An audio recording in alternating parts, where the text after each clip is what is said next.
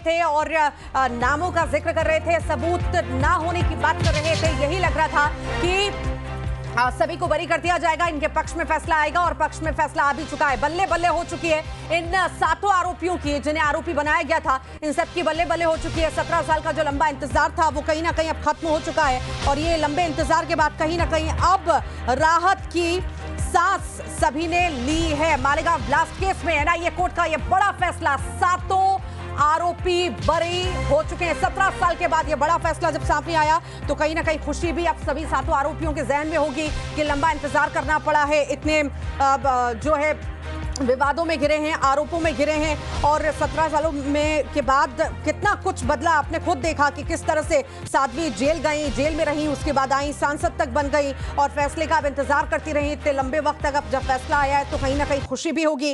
अब देखना है कि जब पक्ष में फैसला आया है तो आखिर क्या क्या रिएक्शंस भी इस मामले में आते हैं, क्योंकि आपने खुद देखा था जब आरोप लगे थे, इन सभी को आरोपी बनाया गया था इस मालेगांव ब्लास्ट में, तो दिग्विजय सिंह ने, कांग्रेस ने, विपक्षी पार्टियों ने कितने तरह के बयान दिए थे और कितना कुछ कहा था। आपने ये तक देखा था कि भगवा को आतंकवाद तक कह दिया गया था दिग्विजय सिंह के द्वारा और साथ ही साथ हिंदू टेररिज्म जैसे शब्दों का इस्तेमाल दिग्विजय सिंह ने किया था।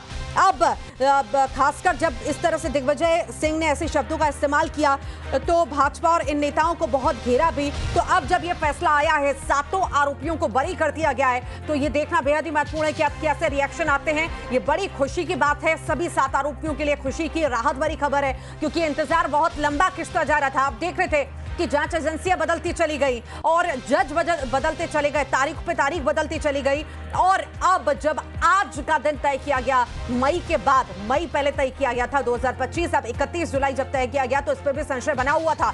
हालांकि कॉन्फिडेंस पूरा था इन आरोपियों को भी कि आज फैसला आ ही जाएगा और आज फैसला आ ही गया। 17 साल का इंतजार इन 7 आरोपियों का भी खत्म हुआ, ये सभी को बरी कर दिया गया और अब राहत की सांस इन सभी ने ली होगी कि इतना लंबा इंतजार हमें करना पड़ा, इतनी सारी जांच एजेंसियां जांच पड़ताल कर रही थी, हर एंगल से जांच हो रही थी। अब तो शायद इन्हें संतुष्टि मिल गई होगी जांच में कि हाँ, हम आरोपी नहीं है, हमारा इसमें कोई हाथ नहीं था और अब जाकर के जब बरी किया गया, ये किसी गवाह ने भी साफ तौर पर नहीं बता पाए, तो इसलिए कोर्ट ने ये जो 4 पॉइंट्स है उस पर अहम जजमेंट दिया है। साफ तौर पर कहा है कि शक के आधार पर किसी को भी सजा नहीं सुनाई जाएगी। इसलिए मुंबई की स्पेशल एनआईए कोर्ट ने एक बड़ा जजमेंट दिया है और 17 साल से जिसका सबका इंतजार था, उस इंतजार को खत्म करने के बाद साफ तौर पर कहा है कि सभी के सभी 7 आरोपी, जिसमें साध्वी प्रज्ञा सिंह को मास्टरमाइंड बताया जाता है, उनको बरी कर दिया जाता है। लेफ्टिनेंट कर्नल पुरोहित जो इंडियन आर्मी में सर्विंग ऑफिसर हैं, उनके ऊपर बड़े आरोप लगे थे कि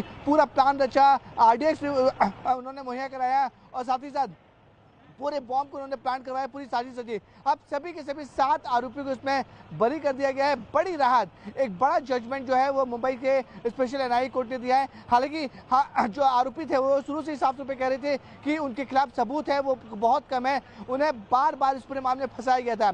हमने जितने भी इस पूरे मामले में आरोपियों से बात की थी उनका साफ तौर पर कहना था कि 2008 में जब एटीएस ने उन्हें गिरफ्तार किया था तो उन्हें बहुत बुरी तरह से टॉर्चर किया गया और साफ तौर पर कहा था कि पॉलिटिकली मोटिवेटेड तरीके से जांच एजेंसी जांच काम कर रही थी, जांच एजेंसी के ऊपर सरकार की तरफ से बहुत दबाव था, इसलिए उन्हें एक तमगा लगाया गया कि ये हिंदू संगठन के लोग हैं, हिंदू आतंकवादी हैं, भगवा आतंकवादी है। एक नया टर्मिनोलॉजी बना था 2008 के बाद, भगवा आतंक। उस टर्मिनोलॉजी को आज मुंबई के एनआईए कोर्ट ने पूरी तरह से खत्म कर दिया है और इस पूरे मामले में जो लंबी जिरह है, लंबी तारीख पर तारीख पड़ती गई, कई सैकड़ों यहाँ पे गवाह आते गए, उस पर आज फाइनल मोहर मुंबई के एनआईए कोर्ट ने लगा दिया है और सभी के सभी 7 आरोपी जो इसमें थे उन सभी को बाइज्जत बरी कर दिया गया।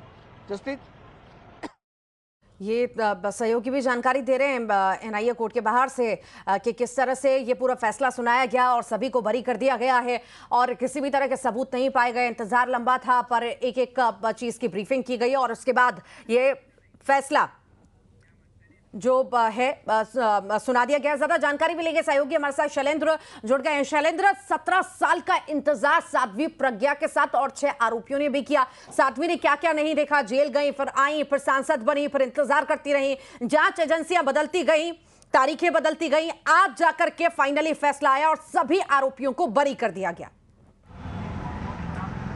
बिल्कुल बिल्कुल, आपने ठीक कहा कि लंबा इंतजार है जो करना पड़ा साध्वी प्रज्ञा सिंह बाकी आरोपियों को, लेकिन जिस तरीके से आज कोर्ट ने जो है वो ये माना कि किसी तरह के कोई सबूत इन सातों जिन लोगों को आरोप लगाए गए थे उन पर किसी तरह के कोई सबूत नहीं मिले, और यही कारण है कि साध्वी प्रज्ञा सिंह जो भोपाल की सांसद रही उनके सहित कर्नल पुरोहित समेत 7 लोगों को जो है वो बरी कर दिया गया है। देखिए, जिस बात का आपने जिक्र किया, साध्वी प्रज्ञा सिंह लगातार इस बात का जिक्र करती थी कि किस तरीके से उनको इस पूरे मामले में फंसाया गया और पुलिस के द्वारा जो प्रताड़नाएं दी गई उससे उनके जो शरीर में अभी भी दर्द होता है, किस तरह की उनको चोटें दी गई। उसके साथ ही केवल शारीरिक नहीं बल्कि जिस तरीके से उन पर भगवा आतंकवाद का आरोप जो है वो लगातार लगता रहा है। जब जब वो कोई बात कहती थी तो कांग्रेस हो या दूसरे राजनीतिक दल उनको इस बात की तरफ कहते थे कि किस तरीके से आतंकवादी घटनाओं में वो संलिप्त रही है। तो ऐसे में तमाम सामाजिक जीवन भी उनका 17 साल तक इन्हीं आरोपों को झेलते झेलते बीता है। तो अब जिस तरीके से लंबा इंतजार जरूर करना पड़ा है, लेकिन कोर्ट ने ये माना है कि किसी तरह की कोई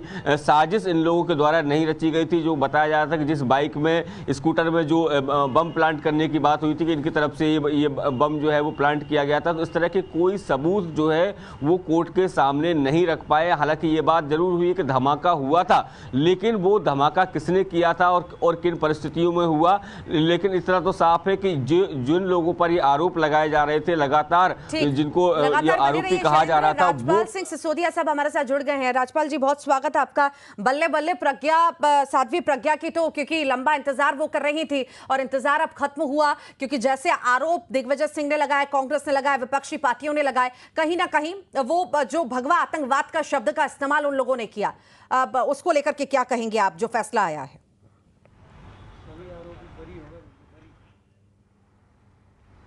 पीछे सभी को बाइज्जत बरी करने का काम हुआ है। हाँ।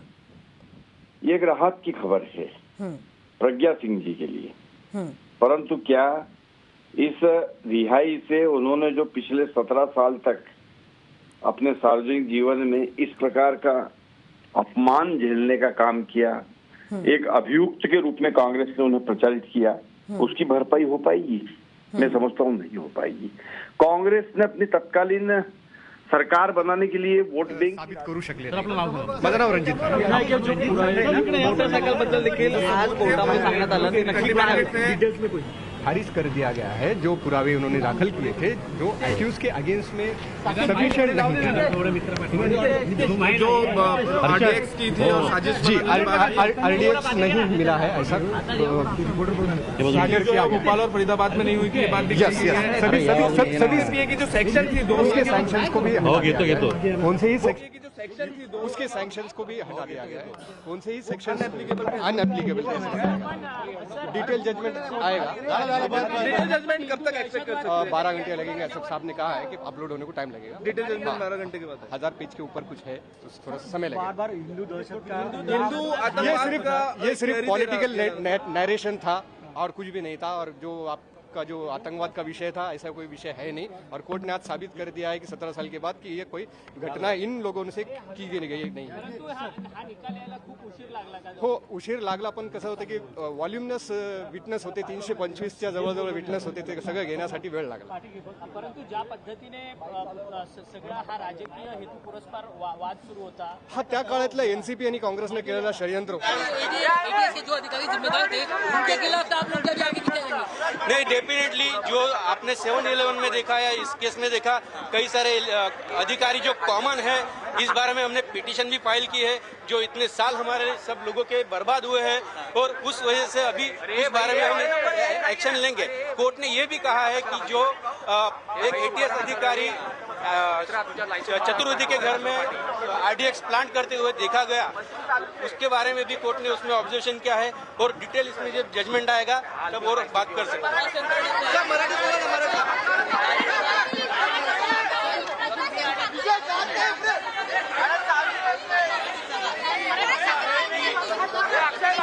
असं आहे की या केसमध्ये मराठी सांगतो, या केसमध्ये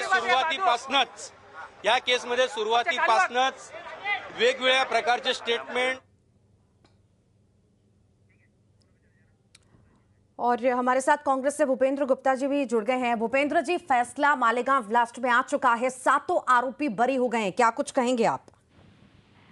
नहीं, अभी तो बॉम्बे ब्लास्ट में सारे आरोपी रिहा हो गए हैं, ये जो है इन्वेस्टिगेशन और जो ये पॉलिटिकल प्रोपेगेंडा किस तरह से इस देश में हावी हो रहा है और किस तरह से जो है लोगों को इसमें उलझाया जाता है, ये इसका जो ये लाइन है। अभी इनका डिटेल जो फैसला है वो सामने आ जाने दीजिए, उसके बाद इस पर जो है कोई चर्चा की जाएगी।